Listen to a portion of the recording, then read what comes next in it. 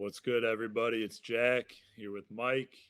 We're doing a little bit of a recap of last week. Going to get into our keys to the Bears' victory for Week 5. Last week, the three keys I gave you was Darnell Mooney got to step up, be the guy. He had a pretty nice game, 4 catches, about 90 some yards. I think it was 94 and 95. Big play early, not enough in the second half. But I do like at least what we saw from him a little bit. Still shows that he can be the guy. Hopefully, going forward, Justin Fields continues to just throw it his direction, even if he does appear to not have, completely clean visibility to him. He's going to go out and make plays for his guy. My other key was third down efficiency. Unfortunately, the Bears were 5 of 15 on third down. They made 4 field goals. So really, you take away scoring opportunities. That's like 1 of 11 on third down. Not good. Didn't take care of that part of the ball game.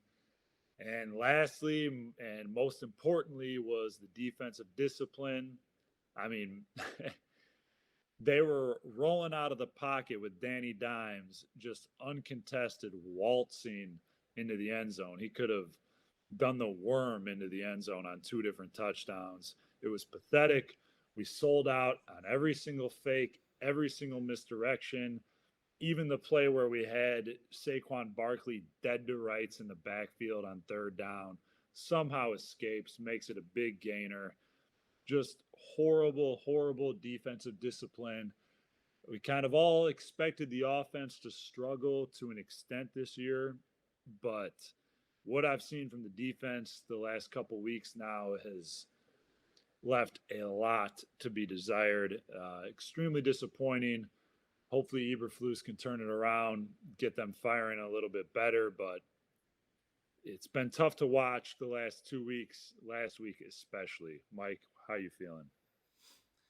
I think that you knew more about that game going into it than the Bears coaching staff might have known about it. Last week, you basically called the Daniel Jones, robot walk into the end zone touchdowns before the game happened. If anybody watches our last week videos back, you think Big Jack was going back in time telling us about the game that happened. It was crazy. No, last week was fine. Before the season, if you would have told me 2-2, honestly, it's probably what I would have expected. I think we would have probably beat the Giants and lost to the Niners. But they're all professionals. We're 2-2. I'm going to try to stay positive because I know a lot of people are negative. The stat line for Justin Fields was a little bit better last week. Let's hope that he improves on it this week. The Vikings, good team. We're going on the road, but you could still do some things against them. You could still do some things. So just looking for professional output. I don't know if I'm predicting a win or not. Probably not. But maybe we're sitting here 3-3 after the next 2 games, and at that point, okay, we're doing okay. I think the coaching staff's doing all right. It was very frustrating to see the Daniel Jones rollouts. I think everybody knew Saquon was going to do pretty well. Our run defense hasn't been the best this year. But they contained Danny Dimes in the passing game, which was nice. But yeah, those rollouts killed you. And they scored a few touchdowns. We didn't. There you go. That's the game for you. Also, one thing to note: Dexter Lawrence on the Giants line. That guy's a stud. I think he's like 30-year vet out of Clemson. He's a fucking beast. I think everybody knew he was going to be good coming out of college, but he's an absolute difference maker on that line. The Cody Whitehair injury kind of sucks. I was hoping we were soon going to see the Whitehair, Patrick, Jenkins interior offensive line. Now it's looking like maybe Patrick left guard, Mustipher center, Jenkins right guy. I love Mustipher. I think we've talked about this in every video. I fucking love the guy. I die for the guy. He should not be a starting center for the Bears or any other team in the NFL. Maybe the Packers, but nobody else in the NFL. He's just not good enough. He's just not. One other note before we get back into it: Khalil Herbert. I love him as a back. I think he's a great runner. Dog shit in pass protection. That's maybe one of the reasons why they prefer Monty to him, or maybe they have Ebner in it sometimes. His pass blocking was shockingly bad at a few times last week. Anyway, Jack, back to you. Any thoughts on anything I said? Any feelings on any of that? No, yeah, we don't need to ramble into the past too much, but I think the most salient point you made was the fact that as it stands, they are 2-2. Yeah. Like you said, looking at the schedule, maybe swap the 49ers with the Giants result, but 2-2 is 2-2. That seems to be where just about 90% of the league is sitting right now in what appears to be a very mediocre year. Can I say something?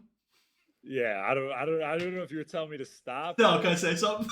Yeah, what's up? What's up? There's a lot of bad teams in the NFL. A lot of bad teams. It almost seems like there's only a few good teams. Yeah, no, I don't disagree at all. It's been a lot of bad football across the board, and I think it's a result of the 17-game season. These teams know that they go into the preseason. There's not as much, they're not pressing as much about, all right, we got to be firing out the gates. They know that they have time as the season progresses. It's such a long year. The Super Bowl's not till damn near Valentine's Day. Yep. There's so much time between now and when games that matter start to pile up that I think the good teams kind of limp in knowing they have time to get it right. And some of the bad teams are, excited with the life of a new season, that kind of mix match of crap and good kind of regressing towards the mean. Yep. But, I think we'll start to see some teams get head and shoulders above the competition as we start skating towards November. But yeah, it's been a lot of bad football to start the season. No doubt about it. Amazon's got to be kicking themselves for that Thursday night fucking deal. That game was ugly. This next week will probably be ugly. Bears versus Commanders. Man. It's still the NFL, man. It's still the NFL. Everybody's still watching. Yeah, it's king. Right. It's king. But yeah, 2-2, not a horrible spot to be, all things considered. Going into week 5 at what appears to be a pretty strong Minnesota team, 3-1. Their only loss was on the road against Philly, who's the only undefeated team left. Full disclosure, one of my best picks this week is Minnesota laying the 7.5. As much as I hate going on or against the Bears in general, knowing what I know about this team, I feel like it'd be irresponsible not to make it a best pick. But now here you are to convince me why I'm wrong. Give me the 3 keys this week to a Bears victory. All right, I'm going to give 3 keys to a Bears victory, and I'm going to start out by saying the Bears aren't going to win. So that being said, what do they have to do to get a win? All right, what's going to happen that gives them a fighting chance up there in Minneapolis? Okay, so first key is turnovers. Got to create some. Eddie Jackson, get another pick. You're playing great ball. Guys at the line, bat some balls. Maybe we get a deflection. A big fella, steals one. Maybe the linebackers punch a ball out. Kirk Cousins isn't perfect. He can make some mistakes. Turnovers, if we're going to have any shot in this game, we got to win the turnover battle.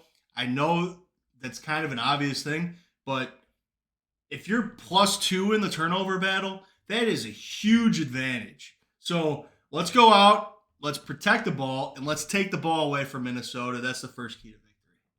Turnover battle, always big. Any matchup, no matter who or where, it's always going to play a factor. You got to win the turnover battle. I love it. Especially when you're a big underdog. And I think Minnesota is a good team, and the Bears are not a good team. So got to win that battle. Yeah, like you said, Kirk Cousins, he's prone to give it up. He can make some mistakes, especially at crucial moments. Eddie Jackson, last week is the first time in his career that Eddie Jackson's had an interception and the Bears didn't win the game. I think they're wild stat. Yeah, I think they're 12-1 now when he has a pick. So, little unfortunate they couldn't get the job done considering Saquon Barkley was the starting quarterback. But that being said, take care of business, win the turnover battle. Key number 2. All right, key number 2, the Bears are going to have to score some points this week. Okay? I know everybody's mind goes to the quarterback. My mind's going to the running backs. Let's pound the rock. Let's break down this Vikings defense. Let's tire them out. Let's win that time of possession. Let's run the ball effectively. If we're going to have any shot this week. We're going to have to shorten the game. How do you do that? You run the ball. You control the ball. You control the time of possession. You tire the other team out. Khalil Herbert, I'm looking at you. Tristan Ebner, I'm looking at you. The big fellas up front, I'm looking at you. We're going to have to run the ball very well to have any chance to actually get a victory up in Minneapolis. Run the fucking ball.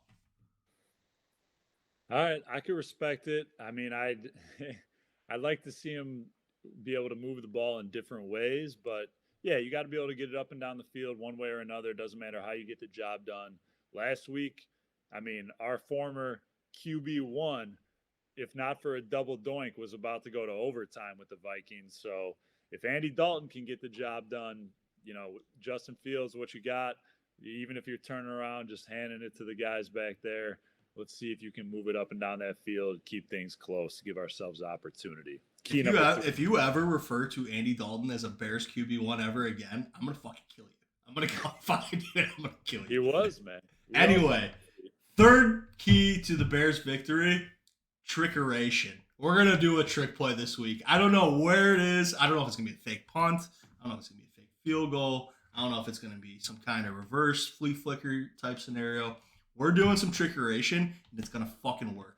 I can feel it in my bones. I can feel it in my balls. Bears trickeration this week. Yeah, that's a key I don't know if I can agree with in any manner. Doesn't matter. That's my key. That's my key. It's your key, but Luke Getsy's play calling has left quite a bit to be desired, and Matt Eberflus is just, I mean, that guy, I don't know if that guy knows what a trick play is. So we'll see. Maybe they'll pull something out of the bag. I can see it now. The Bears are going to be the Bears are going to be up like 14-10 middle of the third quarter. Everyone's thinking they're punting on 4th and 1. Oh, why doesn't Eberflus go for it? Boom, fake punt, first down. I can see it now. I could see it just because they have no faith in Justin Fields. They're 2-2. They're 2. Gotta fake the punt. Can't actually go for it with your quarterback. I knew you'd like that one. I knew you'd like that one. Fuck. Sucker. Fuck. All right. Mike's keys.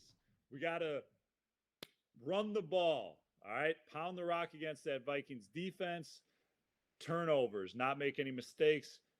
Let Kirk Cousins be the guy to kind of choke it away down the stretch. Get us something costly to give ourselves an opportunity. And we need a little trickeration, baby. A little misdirection. Get them thinking one thing, couple fake punts, have the punter throw the ball more times than Justin Fields. That's what Mike thinks will lead us to victory. I don't disagree. It's not the worst plan I've ever heard, and we'll see what happens, all right? How you feeling, Mike? You think that's going to take us to the promised land? If they can do those three things, we got a fighting chance. If they win the turnover battle by 2, if they can effectively run the ball, and they pull some kind of trick play out that either scores them a touchdown, gets them a key first down, something along those lines, a big play when we need it, we got a chance. Okay, I'm not saying the Bears are favored this weekend. I'm not saying I'm betting the Bears. I just think that if you do those things, you got a shot in any game. Let's see if it happens. Hey, as long as the plane gets there, they got a chance. You got a chance. That's why you play the game, baby. Amen. Like I said, personally, being completely honest, if you see the other video, Vikings are one of my best plays this week. I do think it's kind of a route, but after hearing Mike's keys, I think he's got a pretty solid game plan with the whole punter throwing the ball situation. And, you know, maybe I don't even lay that bet that I already gave out, but we'll see what happens. Hopefully the Bears can be competitive, steal one, move it to 3-2. I'll never be happier to be wrong when I have a bad feeling about the Bears. So let's go out there and get it done. Any last thoughts, Mike? No, I mean, go Bears, bear down. We'll be rooting them on. Not expecting a W here. I do expect them to win one of these next 2 and be sitting at 3-3. I think it's more likely to beat the Commanders, but I also thought it would have been more likely to beat the Giants and the Niners, so you never know. I think we'll be sitting here after week 6, 3-3. Is it this week on a surprise? Is it next week when I'm kind of expecting it? We'll wait and see. But Bears, let's get to 3-3. Let's build a little momentum. Hopefully, Justin Fields improves a little bit as the season goes. Hopefully, the play calling improves a little bit as the season goes. Hopefully, some younger guys keep coming into their own. Hopefully, we get Whitehair back, slide Patrick to center, get Mustipher to the bench where he belongs. See what ends up happening. Cole Kmet come back to life. Darnell Mooney, let's get you closer back to a 1,000-yard receiver. These things can happen. And if these things start happening, we could feel pretty good about the season. All right?